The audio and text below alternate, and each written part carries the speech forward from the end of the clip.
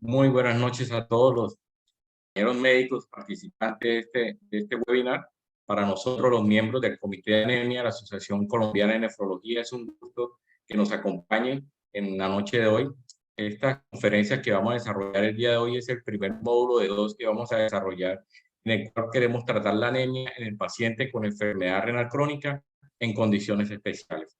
En la noche de hoy vamos a tener la participación de tres conferencistas, todos miembros del Comité de Anemia, en el cual vamos a tratar un tema diferente por cada profesional.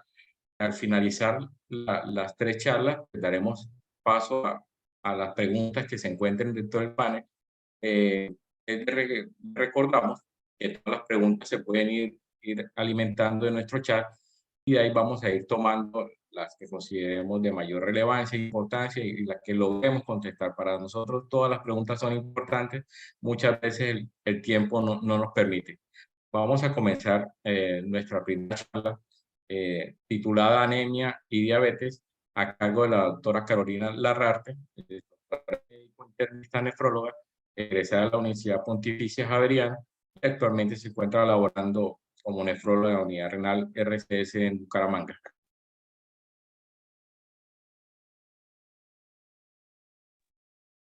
Buenas noches a todos ustedes. ¿Ahí me están viendo, Vladimir? Sí, doctora, perfectamente bien y la escuchamos muy bien. Listo. Buenas noches. Entonces, el tema que me corresponde a mí es anemia en diabetes y enfermedad renal crónica. A modo de introducción, tenemos que la anemia es una entidad frecuente en los pacientes con enfermedad renal crónica, es más frecuente en los pacientes diabéticos versus en los pacientes no diabéticos, y en los pacientes diabéticos ocurre una peculiaridad y es que ocurre de forma más temprana, incluso cuando los pacientes todavía no han presentado ningún signo de nefropatía o que no es clínicamente evidente. Al igual que en otras enfermedades, la anemia en la diabetes se relaciona con desenlaces cardiovasculares, con progresión de la enfermedad renal crónica y con alteración en la calidad de vida de los pacientes. Este es un estudio, pues relativamente, pues es viejito, es un estudio publicado en el año 2004, en el cual se intenta evaluar el impacto de la anemia en pacientes diabéticos tipo 2 y el rol de la nefropatía. En este estudio documentan que la anemia había pasado desapercibida en un 23% de pacientes. Eso es un número, es un porcentaje significativo de pacientes para algo que es frecuente.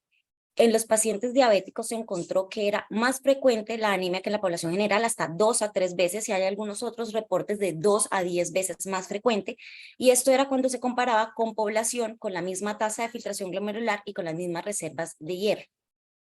La distribución en enfermedad renal crónica de la anemia en pacientes diabéticos versus no diabéticos era similar.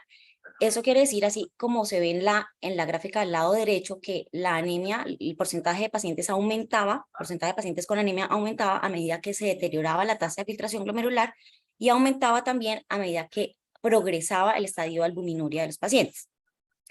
¿Qué diferencia encontraron? Que los valores de hemoglobina en los pacientes diabéticos eran menores, sugiriendo que la anemia es más severa en los pacientes diabéticos versus en los pacientes no diabéticos.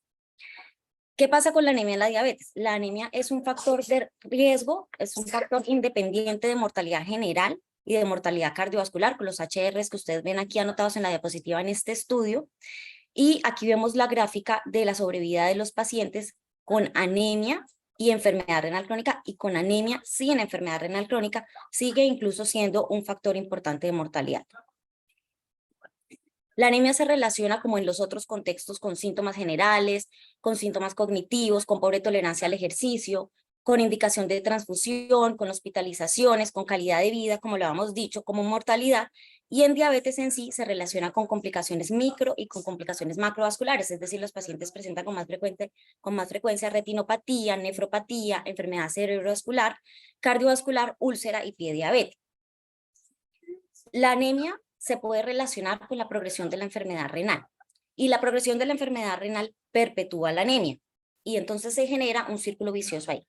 No se sabe si en sí la anemia es un factor independiente para la progresión de la enfermedad renal, pero hay varias vías fisiopatológicas que pueden ligar estos dos procesos. Uno es la hipoxia renal, que se induce por la anemia, disminución en el aporte de oxígeno, el estrés oxidativo, la sobreregulación del IF, que es el factor hipoxia, que ya vamos a hablar más tarde de eso, ya que se debe a la activación del sistema nervioso simpático secundario a la anemia. Esta es una gráfica que intenta mostrar varias causas de la anemia en los pacientes con diabetes. Es probable que la gráfica se quede corta porque hay millones de causas de la anemia, pero vale la pena resaltar algunas. En los diabéticos se puede presentar trastornos malabsortivos, deficiencias en la malabsorción de nutrientes de vitamina B12 y deficiencia en la absorción de hierro. En los diabéticos tipo 1, los pacientes pueden presentar gastritis autoinmune y enteropatía autoinmune que predisponen a esta condición. En los diabéticos tipo 2 también se pueden presentar deficiencias de hierro. Sin embargo, la causa más frecuente de anemia en estos pacientes es la deficiencia, el déficit funcional de eritropoyetina y la disminución en la producción de esta. También en los diabéticos está implicado el mecanismo de los medicamentos, la metformina, los bloqueadores de los receptores de angiotensina, el uso de los IECAs, y esto también se ve en población pues no diabética, obviamente. En la diabetes, el estrés oxidativo y las especies reactivas de oxígeno alteran la membrana de los glóbulos rojos, permitiendo que no se deformen fácilmente y disminuyendo la vida media de estos glóbulos rojos, y esto obviamente también está implicado en el desarrollo de la anemia. La neuropatía diabética también, porque el sistema nervioso simpático regula la producción de eritropoyetina. La hiperglicemia induce cambios histológicos, altera las células tubulares, produce un ambiente isquémico y adicionalmente también altera la regulación de los IF. La enfermedad renal crónica, con todas las cosas que van alrededor de la enfermedad renal crónica en un diabético y en un no diabético, pueden estar afectando el desarrollo de la anemia en un paciente diabético. La presencia de productos avanzados de glicosilación, la presencia de inflamación crónica en un paciente diabético que produce apoptosis de las células eritroides y además de todo también suprime la producción de eritropoyetina y afecta la respuesta a la eritropoyetina también. Esta es una gráfica que muestra varias causas de anemia, tanto en pacientes con enfermedad renal crónica como en pacientes con nefropatía diabética. Enfermedad renal crónica no diabética, me refiero en este lado de la diapositiva. Y vean que comparten diferentes causas o diferentes vías fisiopatológicas para la producción de la anemia, pero noten que en pacientes por encima, con tasas de filtración glomerular por encima de 90 mililitros por minuto, digamos que no es esperable encontrar anemia en enfermedad renal crónica de etiología no diabética, más sí es esperable encontrarla en pacientes con diabetes mellitus, hasta en el 30% de ellos.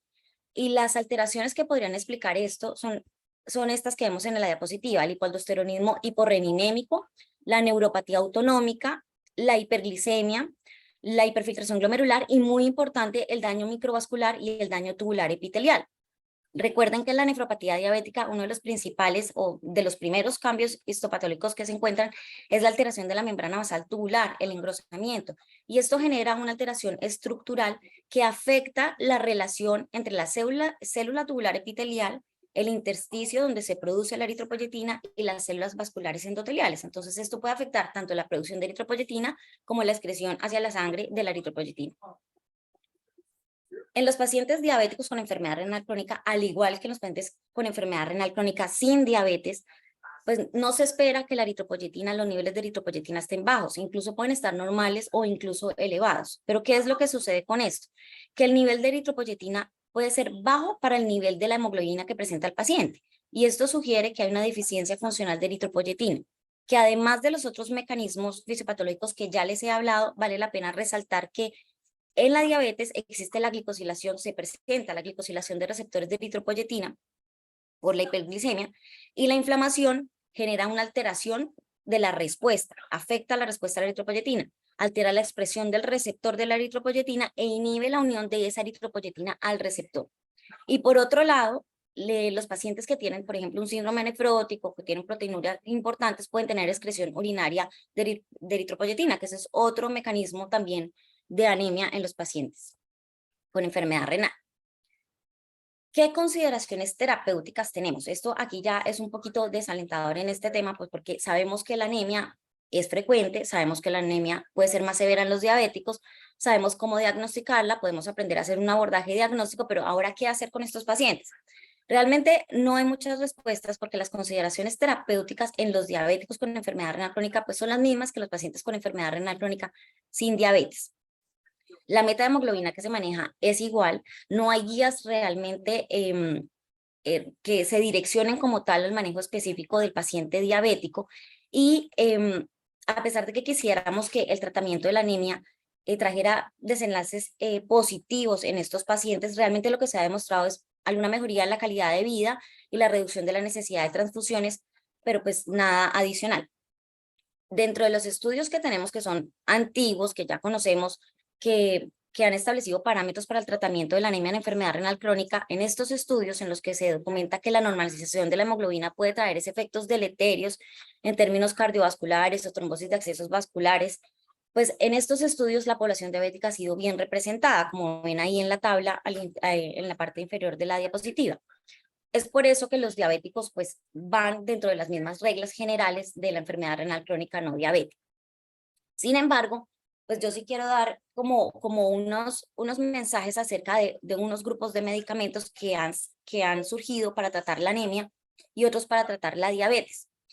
Uno de estos son los medicamentos inhibidores de la prolilhidroxilasa, que son los estabilizadores del IF. El IF es el factor inducible de hipoxia. Estos son factores transcripcionales que son moduladores intracelulares de la hipoxia. Entonces, en condiciones normales donde el oxígeno está bien, este IF-alfa es hidroxilado por la prolilhidroxilasa y se favorece un proceso de degradación. Cuando estamos en condiciones de hipoxia o cuando estamos ante un medicamento que inhibe la prolilhidroxilasa, pues por supuesto no se va a hidroxilar el IF-alfa y se favorece que forme un heterodímero con el IF-beta, y esto actúa sobre los genes para favorecer la transcripción de diferentes genes que se van a encargar de adaptar el ambiente, principalmente para aportar más oxígeno y disminuir la utilización de estas. Pero dentro de los genes, digamos, que nos interesan para esta presentación, está el gen de la eritropoyetina, y entonces favorecería la producción de la eritropoyetina y la eritropoyesis. Existen 3 IF-alfa, del 3 se sabe aún menos, pero pues aquí en esta diapositiva están incluidos 2 con sus diferentes funciones en resumen, pero esto es para resaltar que el IF2-alfa es el que está implicado en la producción de la eritropoyetina. ¿Qué pasa con estos medicamentos inhibidores de la prolilhidroxilasa o estabilizadores del IF? Tendrían un rol aumentando la producción de eritropoyetina, pero resulta que también tienen un rol en la regulación del hierro. No me voy a extender en esto, pero la transcripción génica favorece la expresión de unos receptores y transportadores y también suprime la de otros. Aquí están en este cuadrito como disminuye la psilina, aumenta el transportador divalente de metales, el citocromo en el duodeno, la transferrina la aumenta, el receptor de la transferrina, pues entre otros. ¿Y esto qué tiene que ver con diabetes? Porque realmente estos medicamentos han surgido no para tratar la diabetes como algo en específico, sino como para tratar la anemia.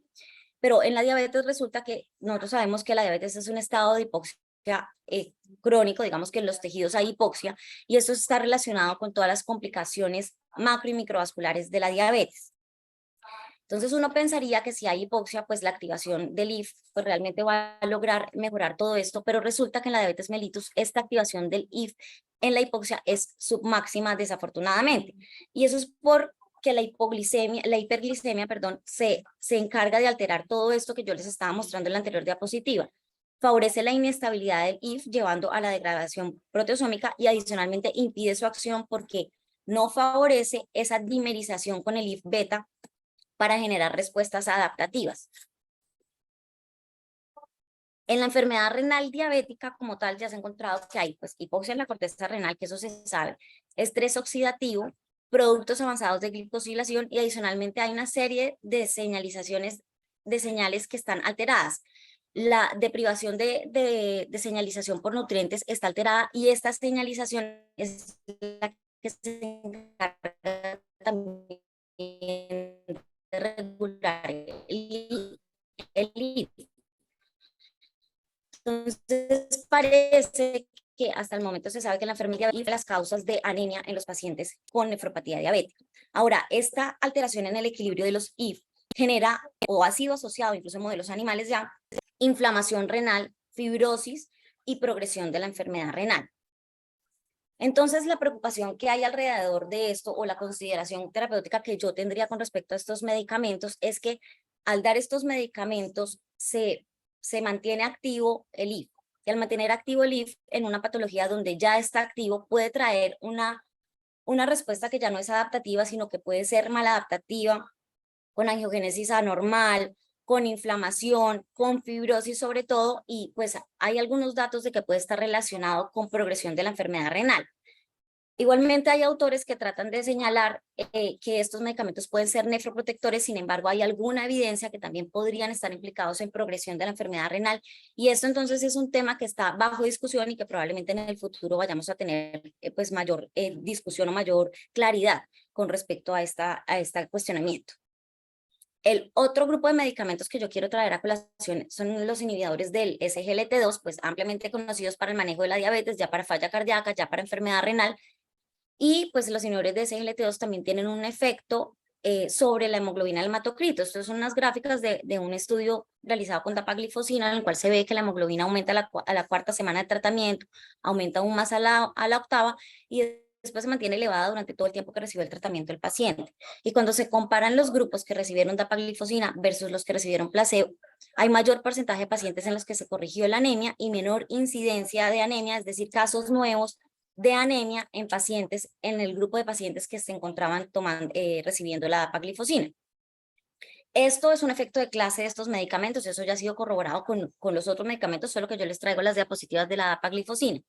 ¿Qué es importante esto? Esto es un análisis por mediación de riesgo cardiovascular en el cual intentaba mirar ese efecto sobre la hemoglobina del hematocrito, qué tanto ayudaba a reducir el riesgo cardiovascular de pacientes tratados con empaglifosina, pacientes que eran diabéticos y pacientes que tenían enfermedad cardiovascular ya de base. Y resulta que en este análisis de mediación el resultado fue que la elevación de la hemoglobina del hematocrito hacían parte del 51 y el 48% del efecto sobre la reducción de la muerte cardiovascular, sugiriendo que obviamente es importante el efecto de estos medicamentos sobre estos parámetros. ¿Qué sabemos del inhibidor del SGLT2 con respecto a la anemia? Eleva el hematocrito un 2 a un 4%. Algunos han tratado pues o han considerado que esto puede ser asociado con la contracción del volumen intravascular. Sin embargo, esta contracción del volumen intravascular por su efecto diurético retorna a la normalidad a la semana y la mejoría de la hemoglobina del hematocrito se mantiene aún más tiempo. Entonces eso no cuadraría mucho con esta explicación. También se ha encontrado que durante el tratamiento con estos medicamentos se eleva la eritropoyetina, el nivel de eritropoyetina con una meseta a las 2 a 4 semanas.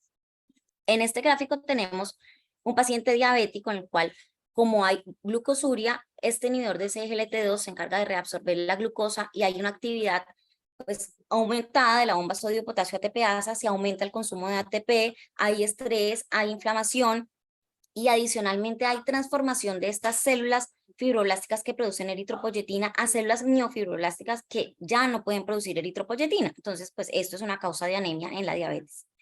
¿Qué pasa si a este diabético le damos inhibidor de SGLT2? Bloqueamos el transportador, no hay reabsorción de glucosa, no hay consumo excesivo de ATP, disminuye la inflamación, el estrés oxidativo, y lo más importante es que estas células que ya se han transformado se pueden revertir, porque ese paso es reversible, se revierte y se vuelven nuevamente células fibroblásticas productoras de eritropoyetina.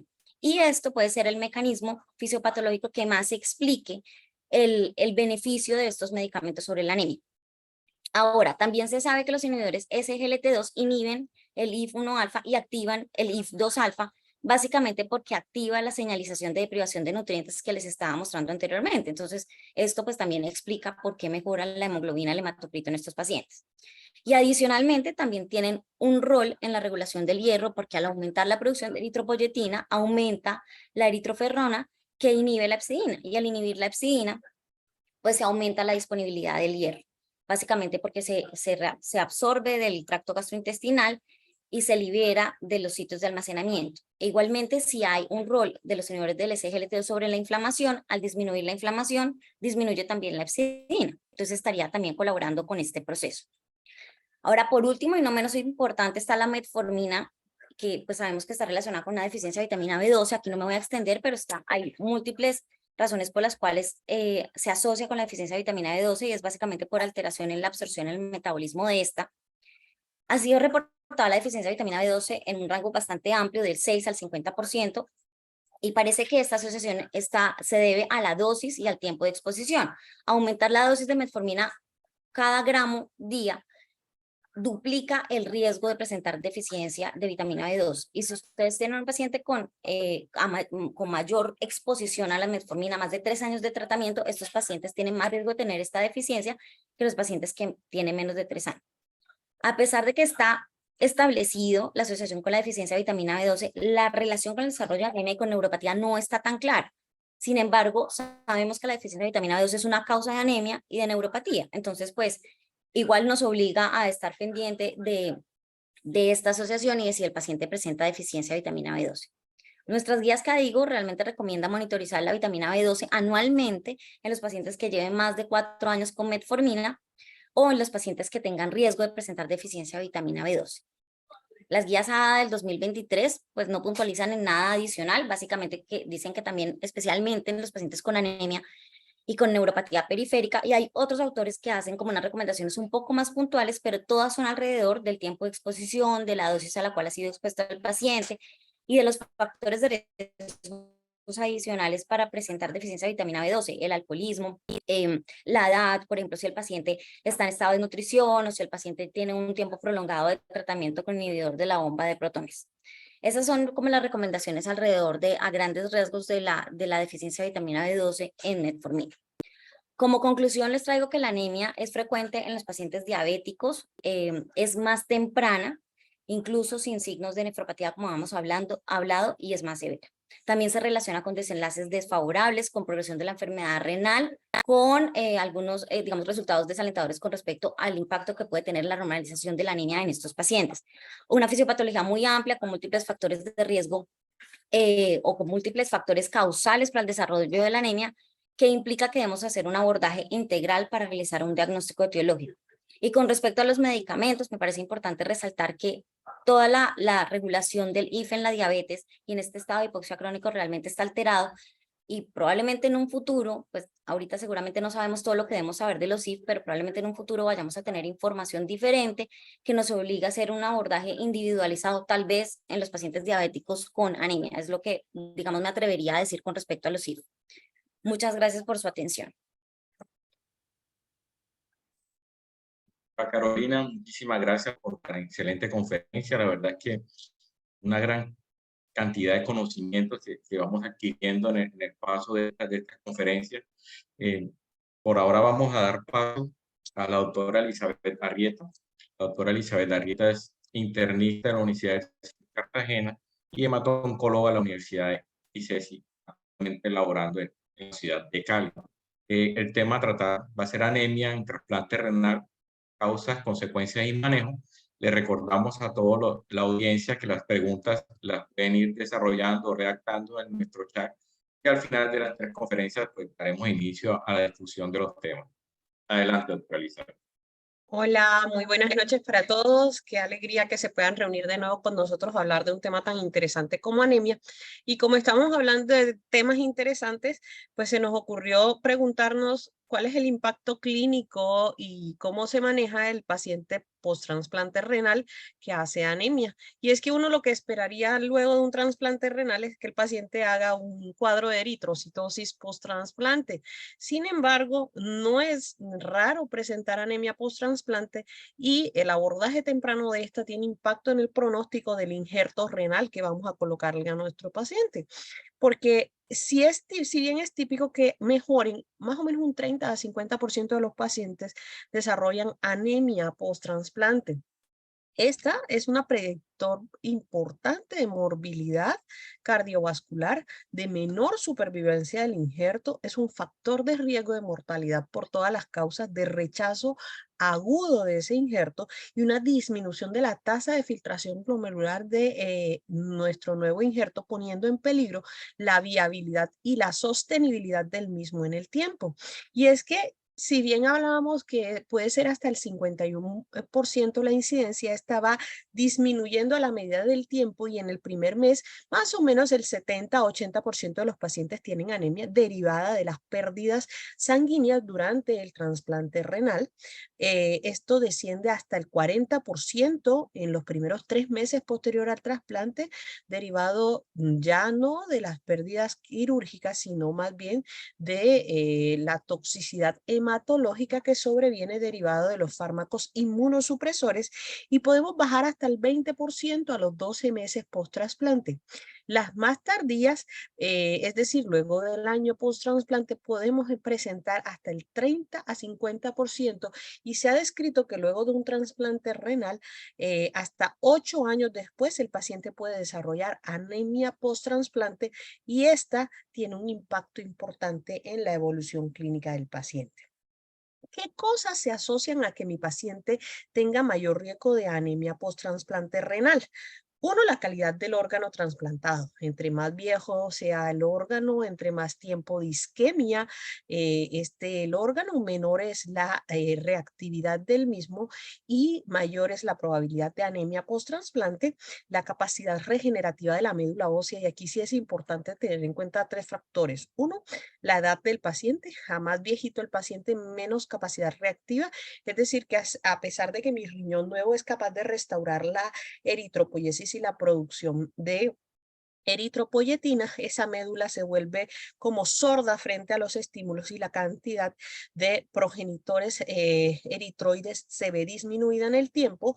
Dos, si el paciente cursa con fibrosis y la uremia por sí sola puede generar fibrosis medular. Pero además de eso, la terapia de reemplazo renal se ha asociado también con un incremento de riesgo de fibrosis grado 1 y, por ejemplo, las enfermedades autoinmunes como lupus y artritis reumatoide pueden condicionar mielofibrosis. Esto disminuye la receptividad de la médula a la respuesta de la eritropoyetina inducida pues por este injerto. Y tenemos bien también la presencia de que ese injerto sea capaz de producir la cantidad de eritropoyetina que yo necesito, la médula sea capaz de responder a eso, pero hay un efecto depletivo sobre la médula ósea y sobre los progenitores hematopoyéticos del esquema inmunosupresor. Es decir, yo duermo el sistema inmunológico para que no me ataque mi injerto, pero también puedo condicionar citopenias y reducción de los progenitores hematopoyéticos y eritroides en la médula de mi paciente.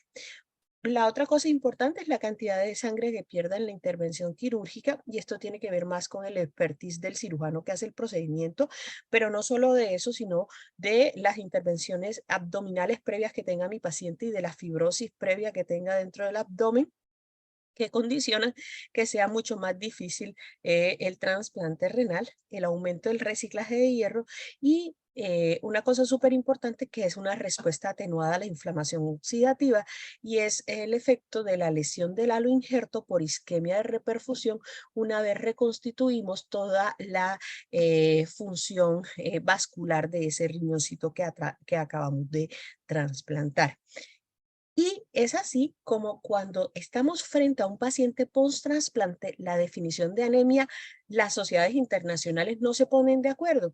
Y en general, asumimos que, según la Organización Mundial de la Salud, anemia post-trasplante, en la mayoría de los estudios y de las series retrospectivas, describen como hemoglobinas menor de 12 en mujeres y menor de 13 en varones, que es muy similar a la descripción de los pacientes previamente sanos, pero que dista de las definiciones de anemia que tenemos en el paciente renal crónico y a las metas de hemoglobina. Cuando yo estoy frente a anemia en un paciente trasplantado renal, tengo que preguntarme, ¿es una anemia temprana o es una anemia tardía? Y eso me va a ayudar a saber qué voy a hacer con ella y cómo va a ser el abordaje diagnóstico. Si es temprana, es decir, está ahí en los primeros 6 meses de ese trasplante renal, este paciente puede estar asociado a las pérdidas quirúrgicas y a problemas nutricionales. La prevalencia en este entorno es alrededor del 50%. Mientras si mi anemia sucede entre 6 meses y 1 año post-trasplante y hasta 8 años post-trasplante, se define como una anemia tardía y su prevalencia es del 23 al 35%. Hay algunos predictores que me pueden ayudar a decir qué paciente puede desarrollar anemia post-trasplante y es el sexo femenino, las tasas de filtración glomerular más bajas que tienen un efecto protector por el incremento progresivo de cada mililitro minuto de la tasa de filtración glomerular de mi paciente. Luego, de estar trasplantadito el riñón y los glóbulos rojos hipocrómicos, en los cuales no ha habido homogeneidad en los diferentes estudios de si se asocia o no con anemia post-trasplante. Mientras que cuando nos referimos al entorno de anemia post-trasplante tardía, los principales predictores del desarrollo de la misma es, si yo tuve una anemia post-trasplante temprana, tengo mayor probabilidad de hacer una tardía. Tener un donante vivo es un factor protector para anemia post-trasplante, y en niveles de creatinina elevado al tercer mes es un factor de riesgo para anemia post-trasplante, porque está asociado con el riesgo de rechazo, y el riesgo de rechazo tiene un incremento del riesgo de anemia post-trasplante tardía en esta población de riesgo. Es decir, que en términos generales, cuando yo tengo un paciente post-trasplantado renal que hace anemia, tengo que pensar en 5 escenarios. 1, estoy frente a un rechazo agudo o una lesión renal aguda de cualquier etiología. 2, estoy frente a una infección aguda o crónica que está condicionando la anemia.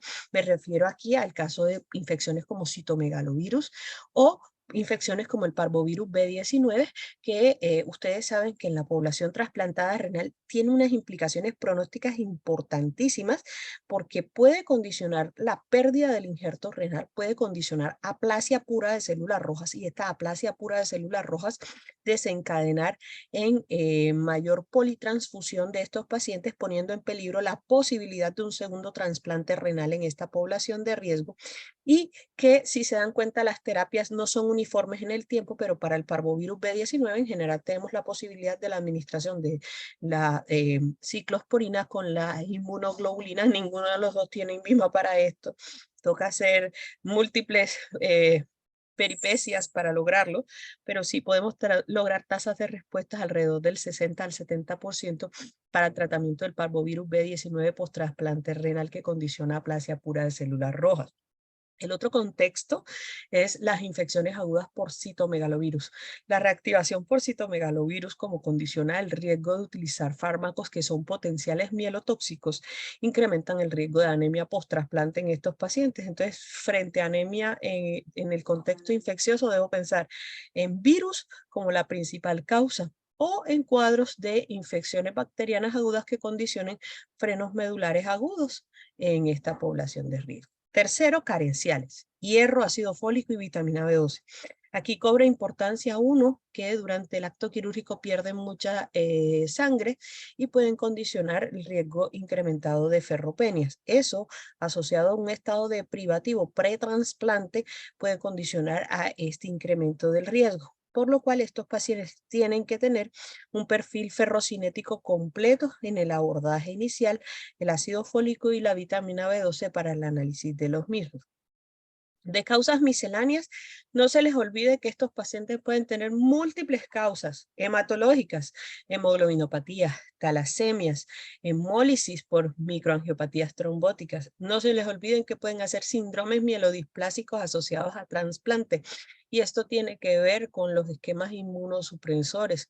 PTLD, que puede condicionar por infiltración de la médula ósea mayor riesgo de anemia. Neoplasias como linfomas, discrasias de células plasmáticas, múltiples pacientes que no se hizo un abordaje de gamapatía monoclonal previo al trasplante y se le diagnostica posteriormente una gamapatía monoclonal, y las causas de sangrado, hipotiroidismo y enfermedad renal crónica cuando definitivamente se ha perdido el injerto renal. Y cuando no es posible encontrar una causa clara derivada de los factores que previamente les describí, debemos pensar que es una etiología tóxica derivada de los fármacos inmunosupresores que utilizamos.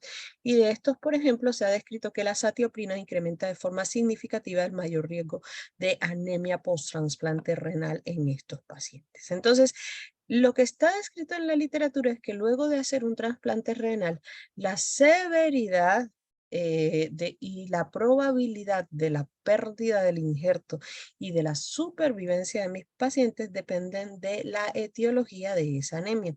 Es así que en la literatura está descrito que la deficiencia de vitamina B12 condiciona anemia post-trasplante hasta el 24% de los casos, la deficiencia de ácido fólico hasta el 10% de los casos, el rechazo agudo aproximadamente el 4% y las infecciones en el 19% de los pacientes con anemia.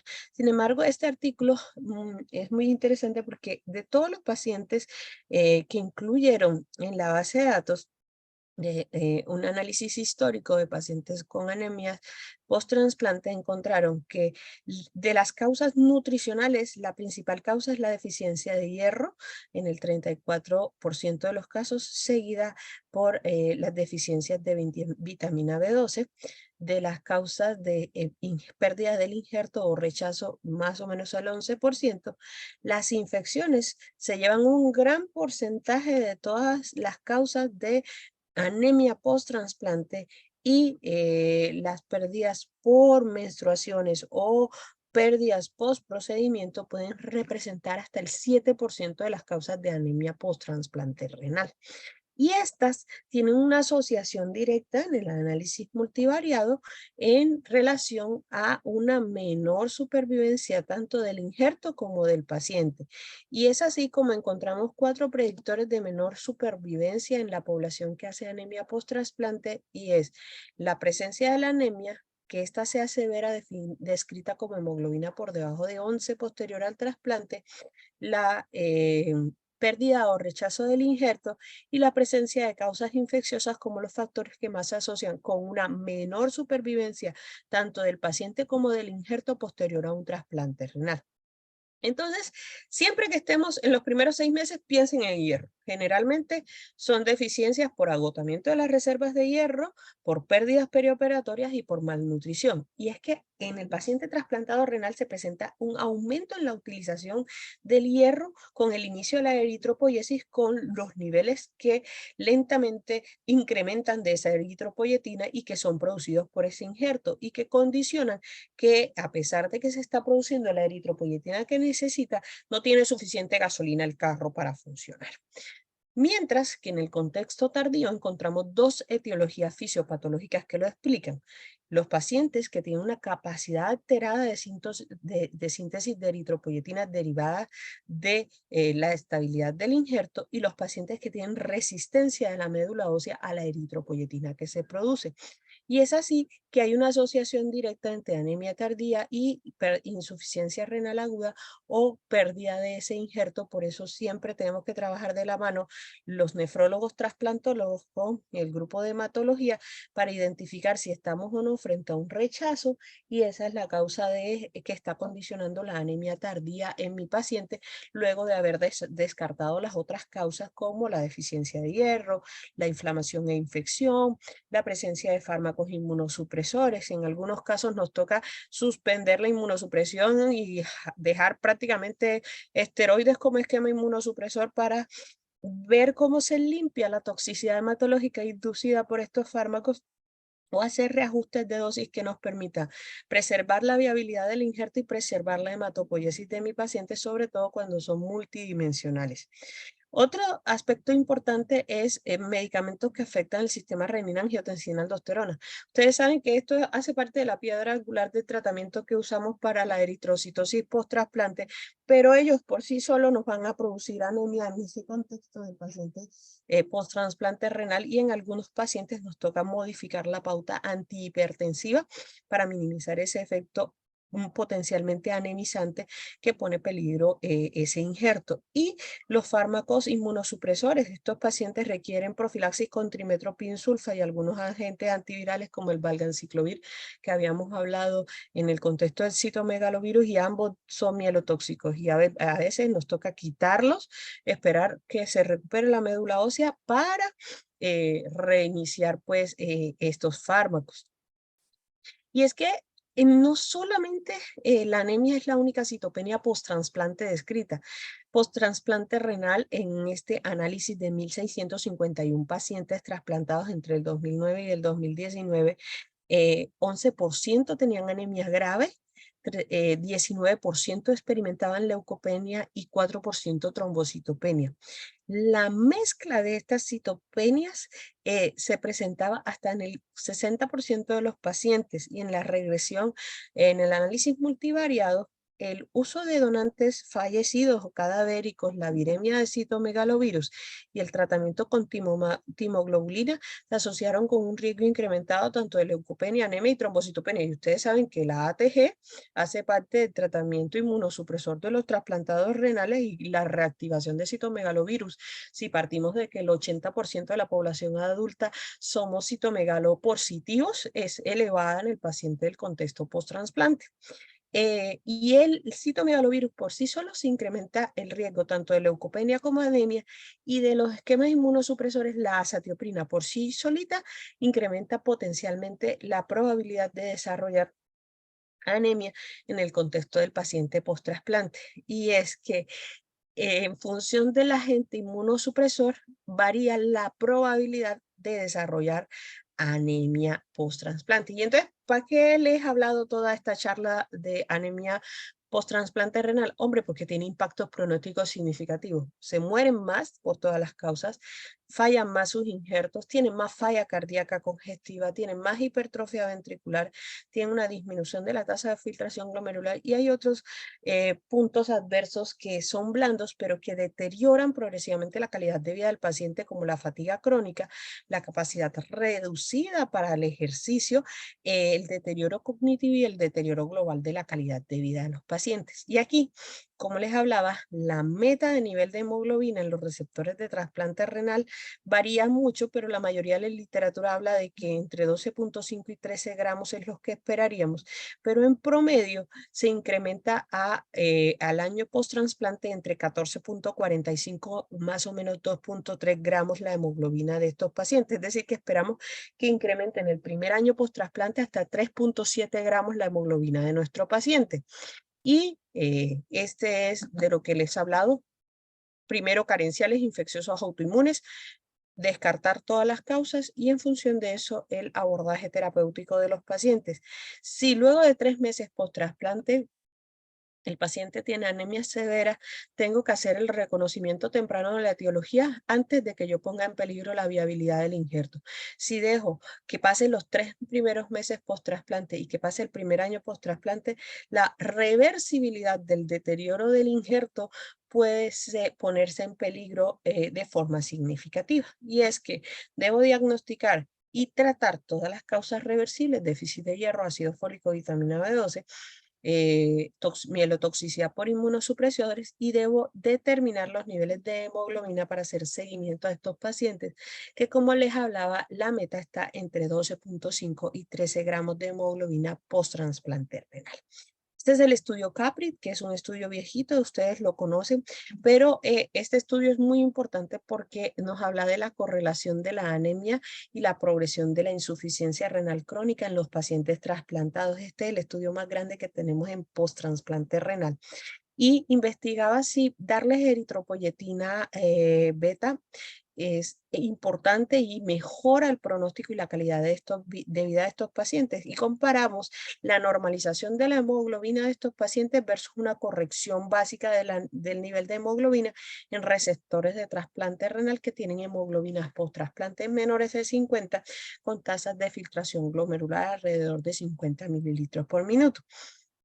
¿Qué encontraron ellos? Hombre, que después de 2 años la hemoglobina media fue de 12.9 y 11.3, dependiendo de las dos estratificaciones de riesgo, pero lo más importante es que desde el inicio hasta los 2 años la creatinina disminuyó de forma significativa, menos en los que normalizaron sus niveles de hemoglobina versus en los que no lo pudieron normalizar, y que menos pacientes del grupo de normalización progresaron a falla renal crónica y a pérdida de su injerto, comparado con la población que no normalizó su hemoglobina, como vemos en los estudios en la parte superior.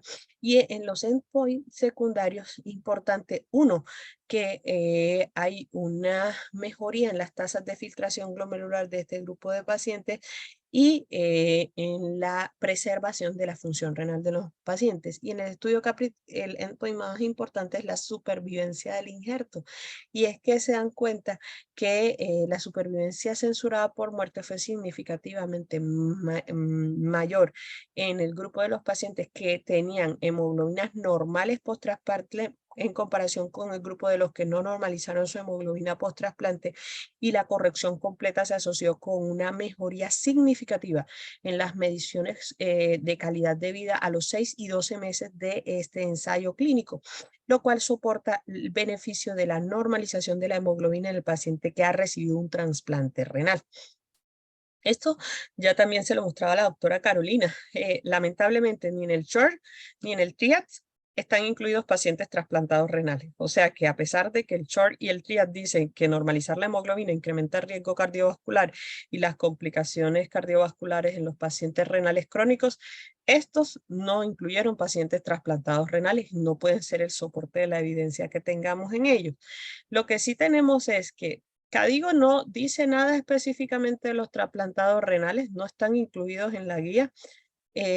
Las direcciones de la National Foundation Kidney tampoco habla específicamente del trasplantado renal y no hacen recomendaciones específicas, por lo cual lo único que tenemos son los resultados de CAPRIT, que recomienda que la hemoglobina óptima en el receptor de trasplante renal debe estar entre 12 y 13 gramos sobre decilitro, y a eso es a lo que debemos apuntarle por el impacto en la preservación del injerto renal.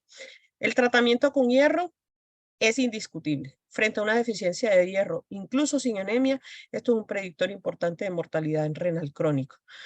No es claro en el contexto del trasplante si es igual el hierro oral que parenteral, pero aquí hay que tener en cuenta tres consideraciones. Un pequeño ensayo clínico que comparó administración oral versus dosis única de polimaltosado endovenoso no mostró diferencias en el tiempo de corrección, pero no incluyó pacientes trasplantados renales.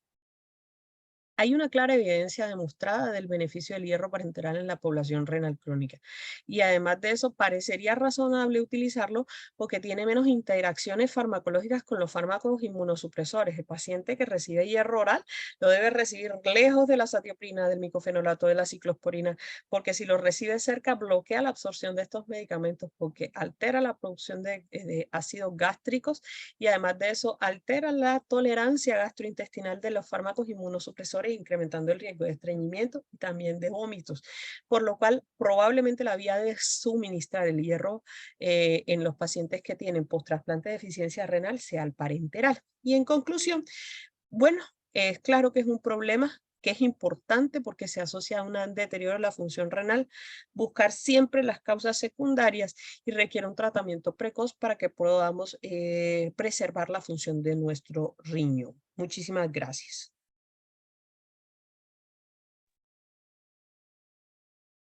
Muchísimas gracias, doctora Elizabeth. Nos tiene acostumbrados a sus charlas muy llenas de un contenido académico importante, nos abren otras puertas desde una visión del campo de la hemato-oncología. Eso nos ayuda y nos refuerza a nosotros, los nefrólogos, a tener una visión más amplia de nuestros pacientes que estamos en común. A continuación, el tema a desarrollar es anemia e insuficiencia cardíaca. Está a cargo del doctor Amaury Ariza.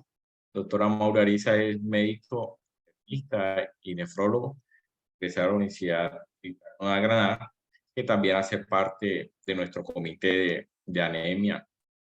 Actualmente funge con funciones de coordinador de este comité y vamos a dar paso para inicio a su conferencia. Les recordamos que todas las preguntas las estaremos revisando y las estaremos desarrollando al finalizar esta conferencia, y tienen el chat abierto para poder generar todas las preguntas que tengan en mente y poder desarrollarlas más adelante. Continúe, doctora Mauri. Gracias, doctor Vladimir. ¿Se ve la pantalla? ¿Sí? Sí, perfectamente, y se escucha bien. Perfecto. En 10 minutos hablar de insuficiencia cardíaca en relación a la enfermedad renal es un reto bien grande, pero ese desafío, después de las dos grandes exposiciones que han hecho las doctoras, es grato. El binomio corazón-riñón es un binomio cuya relación está francamente demostrada. Ambos, tanto la enfermedad renal crónica como la falla cardíaca, pertenecen, la anemia de esas dos patologías, de esos dos síndromes, pertenecen al inmenso conjunto del universo de la anemia de la inflamación. Ambas son enfermedades inflamatorias de bajo grado. Y solo para mencionar, aquí en el puntero vamos a mostrar cómo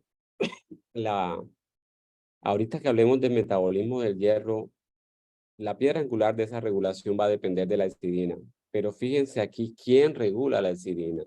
La interleuquina 6, la interleuquina 1B, la interleuquina 22, todos mediadores de inflamación. De tal manera que premisa inicial de por qué es un tema que hay que tocar la anemia del paciente renal con falla cardíaca es que las dos son anemias de tipo inflamatorio. Ese binomio, fíjense que el binomio se resume en la expresión que aquí abajo acotamos. La mitad, vamos a quitarle 49 y sumarle el 1. La mitad de los pacientes con insuficiencia cardíaca padecen de enfermedad renal. Como los números se nos olvidan, la insuficiencia cardíaca es una condición comórbida, multimórbida por excelencia. Es rarísimo encontrar un paciente que tenga solo falla cardíaca. Lo usual es que el paciente con falla cardíaca tenga alguna otra patología asociada. Pero hablando de enfermedad renal crónica, la razón por la cual se dan de manera concomitante es porque todos estos mecanismos fisiopatológicos son compartidos por las dos entidades, por la enfermedad renal y por la falla cardíaca. Pero no olviden, en la mitad de los pacientes con falla cardíaca tienen enfermedad renal. Por lo tanto, el tema de anemia en el paciente con enfermedad renal es de, digámoslo que de palpitante actualidad, digámoslo por decirlo de alguna manera. Y vienen unos números, y a uno no le gustan los números porque los números se olvidan con facilidad, pero estos números son fáciles de recordar. Y empecemos por el segundo. La frecuencia de anemia en pacientes con falla cardíaca casi llega a la mitad. Es anemia, hemoglobina baja. Recuerden, la Organización Mundial de la Salud define anemia en mujeres menor de 12 la hemoglobina, gramos por decilitro, y en hombres menor de 13. El 30-40%, casi la mitad de los pacientes con falla cardíaca tienen anemia. Pero, ojo, la deficiencia de hierro no necesariamente ligada a la presencia de hemoglobina baja. Más del 50% de los pacientes con falla cardíaca definitivamente tienen un nivel de hierro bajo. Y este que tal vez sería el porcentaje que menos nos interesaría, pero que no por ser el menos importante no se debe tener en cuenta. Hay un porcentaje no despreciable que va entre 25 y 42% de pacientes con falla cardíaca que tienen carencia de hierro, pero que no tienen anemia. O sea que, olvidémonos los números, pero la mitad de los pacientes con falla cardíaca probablemente tiene una déficit de hierro, ¿ok? Eso para mencionar. Y aún más, empezamos diciendo que era una anemia inflamatoria. Y fíjense aquí, es que la carencia de hierro no solo se asocia a la falla cardíaca, la de pobre fracción de eyección es la de arriba, la segunda es de fracción de eyección preservada. Todas se asocian con déficit de hierro y ese déficit de hierro tiene consecuencias cardiovasculares. Pero fíjense aquí, la enfermedad coronaria, la enfermedad cerebrovascular, la estenosis aórtica, la fibrilación auricular, se asocian con una frecuencia de déficit de hierro que va más allá del 50%. Este del lado izquierdo. Del lado derecho, las guías y las intervenciones no han podido demostrar un efecto neto sobre estas otras patologías. Pero fíjense chulito, las intervenciones de hierro en falla cardíaca sí han impactado en la mejoría de los síntomas, en la reducción de hospitalización, en la mejoría de la calidad de vida y en el desempeño funcional del paciente. De tal manera que la intervención de la utilización de hierro en el paciente con anemia en falla cardíaca es muy, muy importante. Me confundo listo, voy, ahora sí. Hay una definición operativa del déficit de hierro. Fíjense que estas son patologías distintas. Los criterios de diagnóstico de deficiencia de hierro en otras enfermedades no son uniformemente definidos para cada una de las patologías. Cada una tiene un punto de corte distinto, incluso el que le vamos a mostrar ahora en relación a la enfermedad renal y a la falla cardíaca. Pero la definición de deficiencia de hierro en el paciente con falla cardíaca sí está uniformemente definida y así la han utilizado la mayoría de los estudios. Se considera que hay un déficit de hierro absoluto, una ferropenia absoluta, cuando la ferritina es menor a 100 nanogramos por mililitro. Si la ferritina es mayor de ese valor, de 100 a 300, pero se asocia a una saturación de transferrina menor al 20%, se considera que hay una carencia funcional de hierro. Esas dos definiciones, esas definiciones operativas, hay que grabárselas porque han estado presentes de manera uniforme en todos los estudios de anemia y falla cardíaca y son los puntos de referencia que tienen las guías. Fíjense que aquellos que les mencioné eran los de falla cardíaca y fíjense que los criterios de adecuación de hierro en el paciente con enfermedad renal no son iguales a los de falla cardíaca. Y para la guía CADIGO uno busca unos niveles de ferritina más altos, casi 500, y la saturación debe ser mayor de 30, eso siguiendo la guía CADIGO. Pero las guías europeas sí manejan unos valores de ferritina que van alrededor de 300, pero unas saturaciones que son un poquito más altas que la que definen para falla cardíaca. ¿Tiene algo de especial el metabolismo del hierro en el paciente con falla cardíaca? Sí. Partimos de la primera diapositiva, de la primera premisa. La anemia del paciente con falla cardíaca es una anemia inflamatoria. Dijimos que el regulador del metabolismo del hierro es fundamentalmente la hexidina. La hexidina es un polipéptido que secreta el hígado y lo secreta estimulado por dos factores principales, los niveles de hierro que tenga el cuerpo y el estado inflamatorio que tenga el paciente. Si la enfermedad renal crónica y la falla cardíaca son condiciones inflamatorias, la hexidina se produce casi de manera y se estimula de manera casi constitucional. La hexidina es un polipéptido que se une aquí a este ferroportina. FPN es una proteína transcelular, transmembrana, que va a tener por función transportar el hierro al interior del duodeno. Cuando hay hexidina, se une a la ferroportina y el complejo de las dos enzimas activan los lisosomas y destruyen la ferroportina. El resumen de que la hexidina se active es que la ferroportina deja de actuar y la captación de hierro y la exportación de hierro se inhibe. De tal manera que cada vez que hay hexidina, se produce un secuestro de hierro en el intestino, en el hígado y en el macrófago. Es decir, se acumula y no se puede liberar. Eso es lo que pasa en la falla cardíaca y eso es lo que pasa en la enfermedad renal crónica, en que las dos, la hexidina está incrementada y la absorción de hierro está reducida. ¿Tiene esa deficiencia de hierro alguna expresión clínica? Y vamos primero a la izquierda.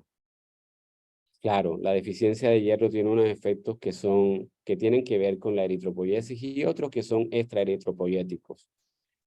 Uno es que el consumo de oxígeno se reduce y ese es un efecto eritropoyético. Y hay unos efectos que son mitocondriales, que tienen que ver con el músculo y es que tienen que ver con el rendimiento funcional del paciente. El paciente con déficit de hierro, antes de hacer manifestaciones de disnea, de sensación de cansancio, ya tiene unas alteraciones estructurales y funcionales que han ocurrido. Tiene una limitación funcional, no tiene el mismo desempeño físico. Si usted lo pone a caminar 6 minutos, no es el mismo desempeño cuando tiene un déficit de hierro que cuando tiene una represión de hierro. No tolera bien el ejercicio y el paciente evalúa la calidad de vida como mala. Surgió en la línea del tiempo una pregunta. Listo, si la anemia es tan prevalente en los pacientes con falla cardíaca, 50%, pues intervengámosla. Y en principio se decidió intervenirla con eritropoyetina. Este estudio buscó intervenir los pacientes con falla cardíaca que, fíjense que eran francamente anémicos. Los intervino con darmopoetina alfa, lo comparó con placebo y vio el desenlace, a ver si hay muerte o hospitalización, si eran diferentes.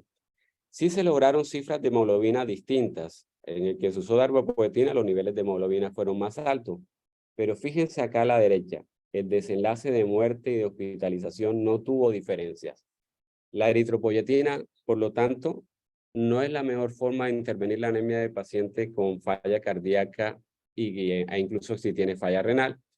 Y fíjense, no fue eficaz y encima de todo esta intervención no fue segura, porque el uso de la eritropoyetina tuvo una diferencia significativa con una mayor frecuencia en el grupo de darbepoetina para eventos trombóticos. Esto que ya conocemos de antes y que lo conocemos desde el punto de vista de los estudios que se han hecho para enfermedad renal, como el CHOIR, han demostrado que el uso de la eritropoyetina tiene un efecto trombogénico y que por lo tanto debe ser limitado y no tan libre. Pero en conclusión, el paciente con falla cardíaca y anemia, preferiblemente no usar eritropoyetina. Entonces usamos hierro oral. Ya esa pregunta la respondimos. Eritropoyetina no es la primera opción. Hierro oral es la pregunta, pero ya nos devolvemos a la diapositiva de la fisiopatología. Si hay inflamación, hay acidemia alta y su absorción va a ser mala. Sin embargo, quisieron probarlo con este estudio. Se llama el Iron-AUF. Y el resultado es que sí, se incluyeron pacientes con falla cardíaca. Se usó hierro polisacárido, que es un hierro por vía oral que se tolera mejor que el sulfato ferroso. Se comparó con placebo y el desenlace que se midió fue consumo de oxígeno. De nuevo a la derecha, son P's muy grandes, no hubo diferencia significativa en el consumo de oxígeno entre quienes se trataron con hierro oral versus quienes no se trataron. Moraleja, la administración de hierro oral en pacientes con falla cardíaca tampoco es aconsejable por cuanto no tiene ni impacta en el desenlace. ¿Es el hierro endovenoso la mejor opción? Sería la pregunta y la respuesta adelantada es que sí, es el hierro endovenoso. Este estudio es el FAIR-HF, se hizo con carboximaltosa férrica.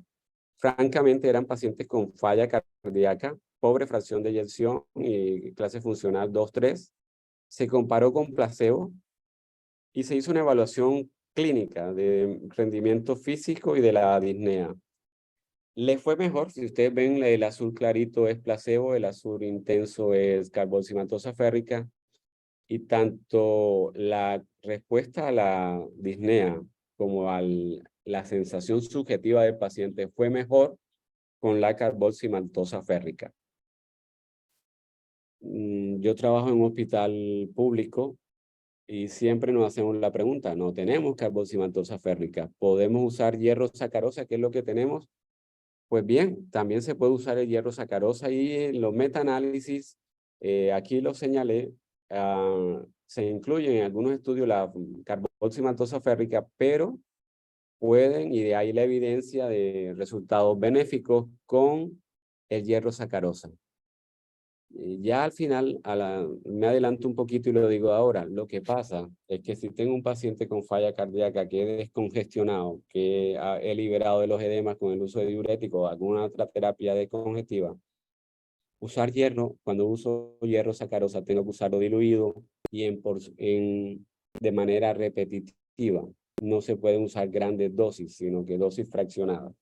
Eso hace que al final sea ideal la carboximatosa férrica, pero se puede usar el hierro sacarosa. Cuando uno habla de hierros endovenosos, habla de hierro estrano, hierro sacarosa, de isomaltosa, ese nombre lo da el polisacárido. El hierro endovenoso es un coloide. Al interior va el hierro y en la superficie externa. Esta superficie externa que ustedes ven aquí es carbohidrato, lo que es más o menos amarillito. Y lo que es más o menos rojo es la composición de hierro que tiene el hierro endovenoso. Y quiero detenerme un minuto aquí en lo que farmacológicamente se llama el hierro lábil. Los hierros como la hierro sacarosa que nosotros usamos y que hemos ganado tanta experiencia usándolo, son hierros que tienen un porcentaje de hierro lábil, de hierro que se libera, muy alto comparado con la carboximatosa férrica, que es el que tiene menos hierro lábil. Este hierro lábil, en la medida en que el hierro tenga mayor cantidad de hierro lábil, se libera más y tiene mayor chance de reacciones alérgicas. Por eso, Otra de las ventajas de la carboximatosa férrica frente al hierro sacarosa es que es un hierro menos lábil porque se asocia a menos reacciones alérgicas. ¿Cuánto le ponemos de hierro al paciente? Existe la fórmula de Ganzoni, pero les advierto una cosa. En general los nefrólogos los cardiólogos y los internistas no andamos con fórmulas. Creo que los intensivistas tampoco. La fórmula de Ganzoni, más o menos uno no queda mal administrando 1000 miligramos de hierro y eso está demostrado. En general, se deben usar aproximadamente 1000 miligramos. Fácil de conseguir, casi en 2 dosis con la carboximatosa férrica. Con el hierro sacarosa había que administrarlo en 5 dosis. Y el hierro sacarosa, como tiene un porcentaje de hierro lábil un poquito más alto, debe administrarse de manera intercalada. No van a intentar poner altas dosis de hierro sacarosa. Ojalá no se superen los 200 miligramos y esos 200 miligramos se intercalen entre un día y otro. Estas son las dosis y quiero aquí a esos 300 miligramos en 2 horas y casi ya la recomendación no usar los 300 sino usar 200 miligramos y repetir la administración en cuanto a hierro sacarosa. Pero fíjense la bondad que tiene la carboximatosa férrica, es que usted puede poner 750 a 1000 en 15 minutos y se puede administrar en una ampolla en muy poco tiempo, ¿sí?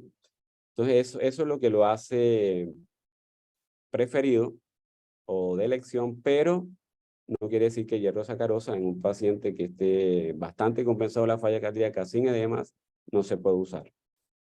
Aquí lo vuelvo a decir, hierro sacarosa 200 miligramos, ojalá no pasar de esa dosis, lo que quiere decir que 1000, que es lo que Ganzoni más o menos resume en 1000, esos 5 dosis de 200 dan 1000, deben administrarse en por lo menos 2 semanas, no en una, sino al menos 2 semanas. En la carboximatosa férrica, pues no hay problema y la idea es, en el caso de la carboximatosa, no pasar de 1000 por semana, si es que se requiere administrar más de 1000 miligramos. Le tenemos miedo a la reacción alérgica. Las reacciones alérgicas al hierro son mucho menos frecuentes que las reacciones a la penicilina y en la medida en que se usen estas formas de hierro con muy poco hierro lábil, van a ser mucho más útiles. ¿Qué beneficio tiene el hierro en el paciente con falla cardíaca? Mírenlo, aquí aparece. Beneficios funcionales. El paciente en esas pruebas de 6 minutos rinde más, camina más, fortalece el músculo, le mejora la calidad de vida. La clase funcional mejora, sí, no hay duda de que mejora con la administración de hierro, es decir, corrigiendo solo el déficit de hierro. La fracción de eyección, sí, eso obviamente no varía. Y este desenlace que es quizás uno de los más grandes, y es que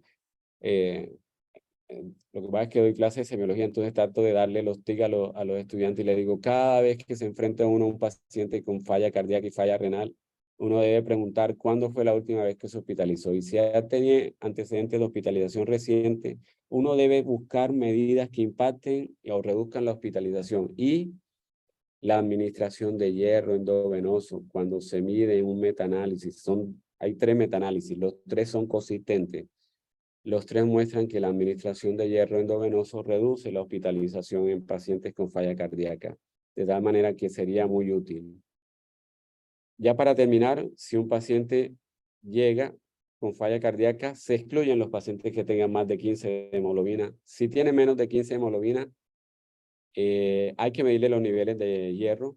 Obviamente, si hay una anemia muy severa que amenace la vida, pues va a requerir la transfusión, pero si no, se miden los niveles. Si cumple con los criterios de déficit de hierro en anemia, en falla cardíaca, que dijimos que es un déficit absoluto es menos de 100, un déficit relativo es cuando está entre 100 y 300 la ferritina, pero no supera el 20% de la saturación.